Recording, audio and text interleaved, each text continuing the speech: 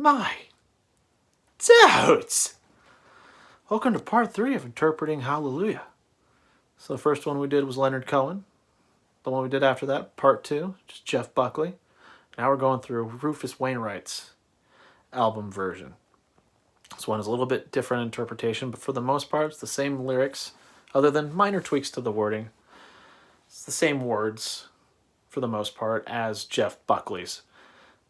So it's interesting how it all connects too, because Rufus Wainwright, I guess he met Jeff Buckley a few months before he passed away. One of the songs in Wainwright's album, Want, references Jeff Buckley passing away. And also, he and his partner, Wainwright and his partner, Jorn, they both have a daughter, and I guess the surrogate mother is Lorca Cohen, Leonard Cohen's daughter. Oh, that's interesting. I was going to say it's interesting how it all connects, but it's not really. They've all done covers of the same song, so I guess you can see how it goes from here. So, this one's a little bit different because the way that Rufus Wainwright describes Hallelujah is as if to be purifying and almost liturgical. Excuse me, Jesus Christ, worst timing. As purifying and almost liturgical. End quotes. Interpretation. Liturgical meaning or relating to a public worship, essentially. So you could see this as almost a worship version of Hallelujah. Not in the Christian or the religious sense, but more the concept of Hallelujah being worshipped. Just by how the song sounds as well. So this might be a little bit of a stretch for the interpretation. Feel free to tell me if it could be better. I don't care. This interpretation where Buckley's views it as sexual and losing that intimacy in the Hallelujah, and Cohen views Hallelujah in his personal interpretation as being gone and sour. This one says that Hallelujah, no matter what state you view it in, is all the same. Hallelujah is in this high ideal over here. So here's the ideal, here's how you experience, and it's all the same. But there's different types of Hallelujah. The reason I interpret it this way is just by the music behind the lyrics, especially with the verses. The verses don't really deviate compared to Jeff Buckley's, where you'll see variations in the Hallelujah. But the verses and how they sound don't really deviate from the first verse. The first verse being what Cohen introduced to the song. Again, if you listen to a different version of the song, and for some reason it doesn't have the first verse about David composing Hallelujah, probably shouldn't listen to it. Because it gives you the sense of what a Hallelujah is. I'm going to start repeating myself from the last videos. So from the beginning of the song, instead of it being on a piano, instead of it being on a guitar, it's on a piano. So, like Buckley, Wainwright goes with the one-person performance route. He plays the piano, he sings it, and he is the sole performer. But in this sense, you have the 1, 2, 3, 4, 5, 6, 1, 2, 3, 4, 5, 6, or might be in 12/8. I think it's in 12/8. 1, 2, 3, 4, 5, 6, 7, 8, 9, 10, 11, 12, 1, 2, whatever. So the way that he plays the piano really does make the song liturgical, because in the song you can hear the swaying, almost like people are swaying in worship as they're in a church. It's almost liturgical, but not entirely there.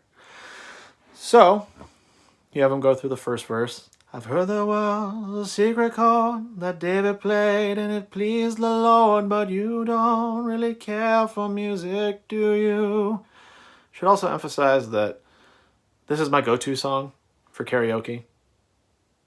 Other than King Without a Crown by Matisyahu and Piano Man from Billy Joel and Other Side from Red Hot Chili Peppers and songs from Queens of the Stone. There's a lot of songs. I enjoy karaoke. If you don't do karaoke, you should do it. If you have to get drunk to do it, do it. Not that I get drunk. I've never done that before. That's my lying face. But it's an experience. If it's on your bucket list, you should do it. So, he also keeps it the same with Leonard Cohen. And it goes like this: the fourth, the fifth, the minor fall, the major left, the baffled king composing, hallelujah, hallelujah. And now this is similar to Leonard Cohen, where you listen to Jeff Buckley and he has the last hallelujah in the chorus. Oftentimes he'll have variations for how it sounds. Not all the time, but some of the time. This one, he stays true to the chorus and how the hallelujah is idealized. So, right then and there, the baffled king composing hallelujah. This is what hallelujah is. This is what love is. And at some points in the song, it might be soured, but the true definition of a hallelujah is still there. Get through the second verse, and it's still the same reference, the Old Testament references, though you get a sense of pain in the last 3 lines in the second verse because the piano starts to intensify just a little bit. Sorry if I'm looking off. I'm looking at notes as I'm talking. So the piano is what gains more intensity compared to Rufus Wainwright. You do hear the crescendo and a loudness in his voice to make that emphasis, but you have the beginning of the verse and then the end of the verse. So I'll go through the first 3 lines and the last 3, I guess. Your faith was strong, but you needed proof. You saw her bathing on the roof. Her beauty in the moonlight overthrew you. She tied you to a kitchen chair. She broke your throne. She cut your hair. And from your lips she drew the hallelujah. That was a little off. But at that last verse, he backs off. And it goes back to the hallelujah and how it sounded in the first verse.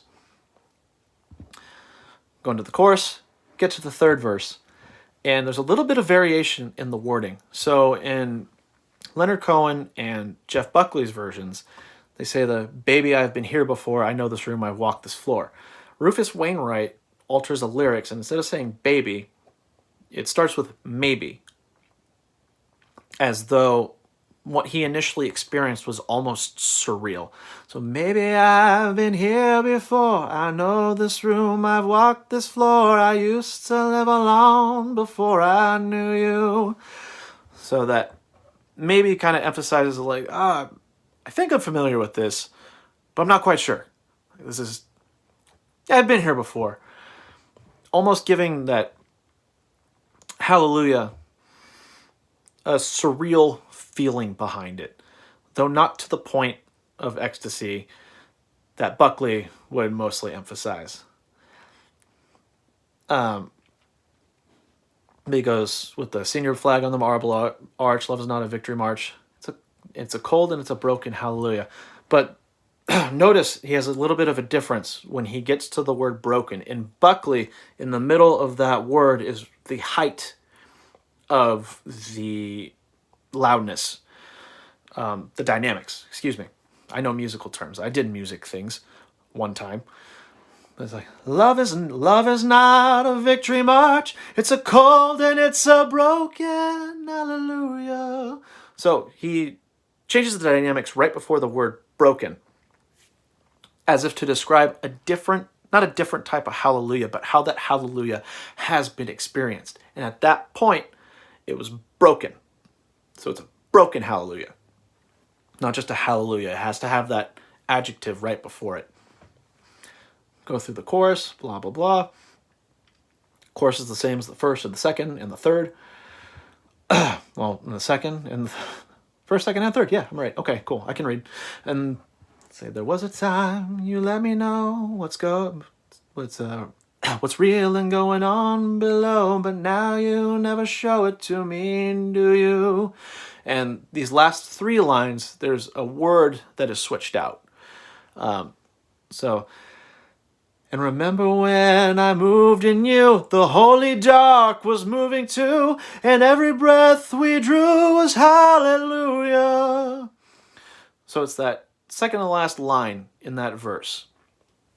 Jeff Buckley and Leonard Cohen, they use holy dove. Holy dove probably equating to the conception in Mary, although I think it's the act of sex, like I said before, the act of orgasming, I guess. Yeah, if you think it's weird talking about sex with music, like, you should be in an English class. I'll be surprised if you go into an English class. If they're not talking about racial issues or what it had to do with the time. Usually it has to do with sex.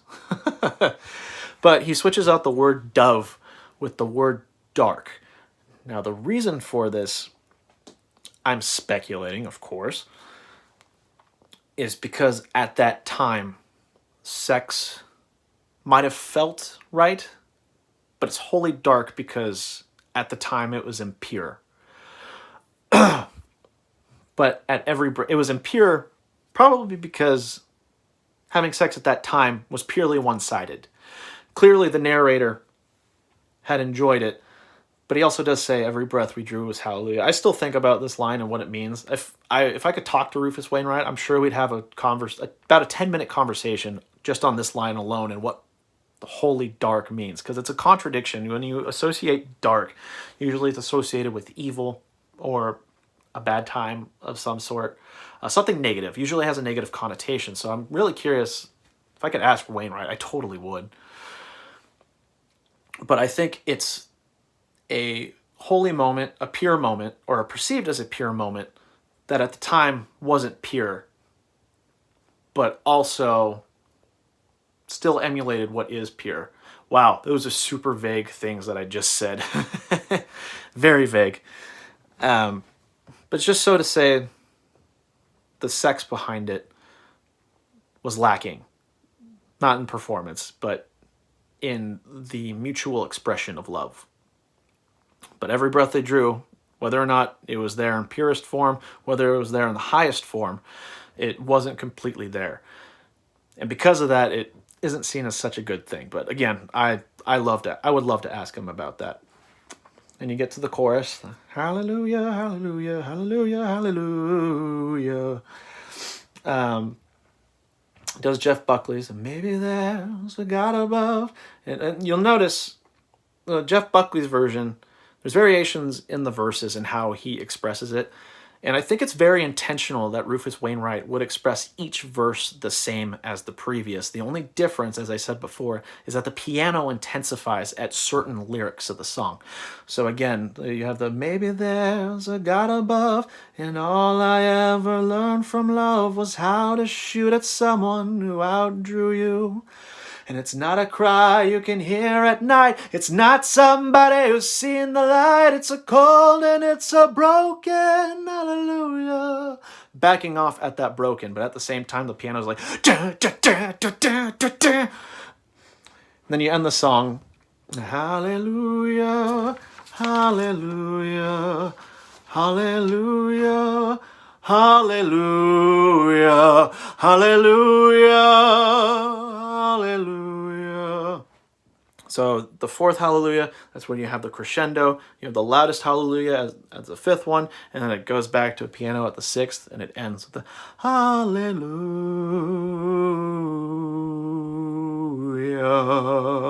So it's that retardando, which is a musical term. I'm not saying discriminatory or defamatory things, but there's a musical term called retardando where basically the music slows down at a certain point.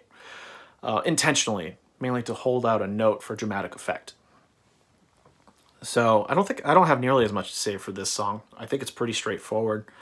And I can't say that. I said at the beginning that it's purely speculation. So not as much to say, just because we've gone through the lyrics.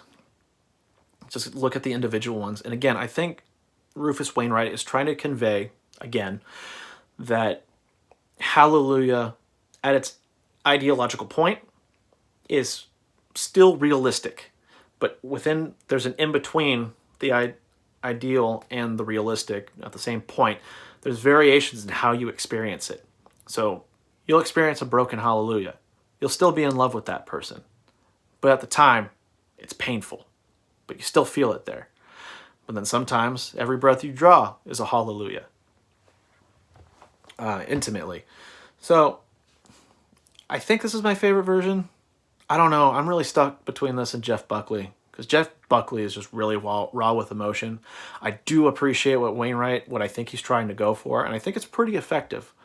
But in the meantime, I want to listen to Wainwright's live version for part 4 of the live versions that we're live versions we're going for. It's my least favorite, so we'll get that out of the way. In the meantime, enjoy part 4, and hopefully I'll see you soon.